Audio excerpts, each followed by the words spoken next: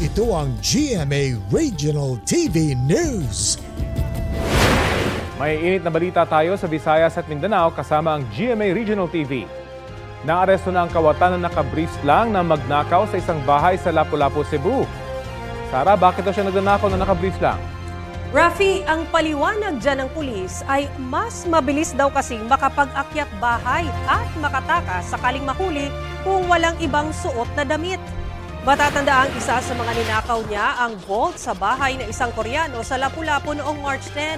Nitong Sabado sa Toledo City, naharang sa pantalan ang akusado dahil sa waran para sa kasong may kinalaman sa iligal na droga. Patawid na sana siya noon sa dagat papuntang Negros Occidental kasama ang pinsan.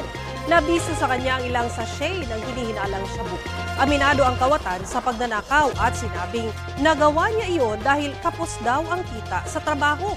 Paliwanag niya 50,000 pesos lang ang laman ng nilimas niyang vault at hindi 2 million pesos gaya ng sinabi na may-ari. Wala naman siyang pahayag kaugnay sa droga.